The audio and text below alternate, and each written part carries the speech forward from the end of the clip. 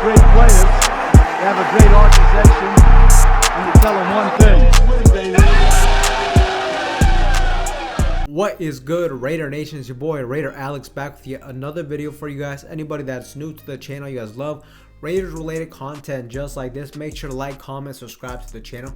That being said, let's jump right into the topic of this video. Day 2 of free agency for the Las Vegas Raiders.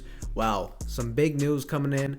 We started off the morning with the signing of former Patriots wide receiver Jakobi Meyers. We signed him to a 3-year, $33 million contract. And look, I don't really mind this signing. Jakobi Meyers should be a pretty decent number 2 option for us on the wide receiver group. He can also play some snaps from the slot position as well. And a move like this tells me that a guy like Mac Hollins will not return to the silver and black. But the biggest news of the day was earlier this morning. We traded our star tight end Darren Waller to the New York Giants for a 3rd round pick. Look, this move, we save about $11 million in cap space. We got a 3rd round pick.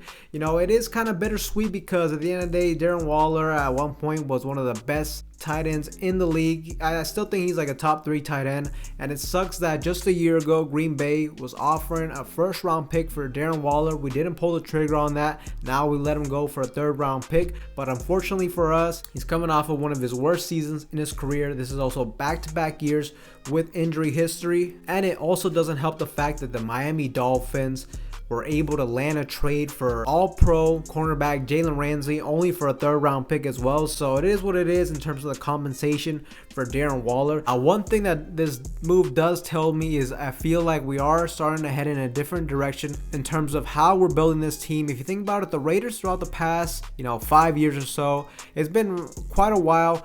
We've always prioritized the offense over the defense, and the numbers always have shown that in terms of our spending. And you see now we're starting to get cheaper at the quarterback position, going with Jimmy G and trading away Darren Waller, saving about $11 million, bringing a guy like Jakobi Meyers to an affordable contract. We also bring in another Patriots wide receiver, Philip Dorsett. And what this really tells me is I think for our slot wide receiver, Hunter Renfrow, really I think his days are numbered in the silver and black.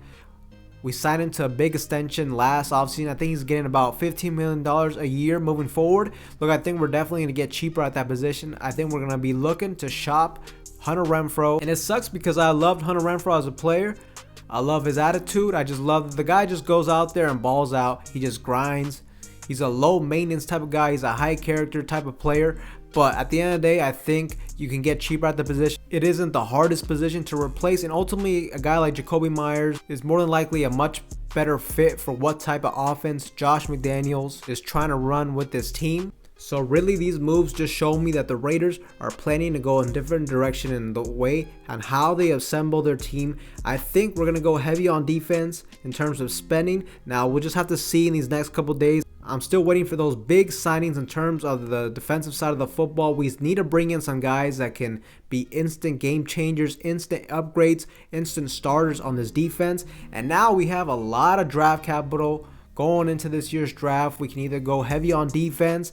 You can get a lot of good players on defense, especially at the cornerback position in this year's draft. Also with a lot of draft capital, this allows you the flexibility, the possibility to maybe move up in the draft if there's a certain player they love. But ultimately, man, the Darren Waller news was a bit of a shock, but at the same time, I can see what they're trying to do. They're trying to change the identity of this football team. And let's be honest, it's been since the 2020 season since we last saw a dominant version of Darren Waller. He's been battling injuries here and there. At times, it really has seemed like his head hasn't fully been in it. It hasn't been fully concentrated on the football side of things. But it's still too early to tell to see what kind of grade I can give for this new regime. Because as I said, I'm still waiting for those big signings on the defensive side of the football. But Raider Nation, let me know what you guys think about the Darren Waller trade. Are you guys for it? Are you against it? Let me know. But that being said, that's all I have for you guys in today's video. Anybody that's new to the channel, you guys love Raider related content just like this, make sure to like, comment, subscribe to the channel. That being said, I'll see you guys in the next one.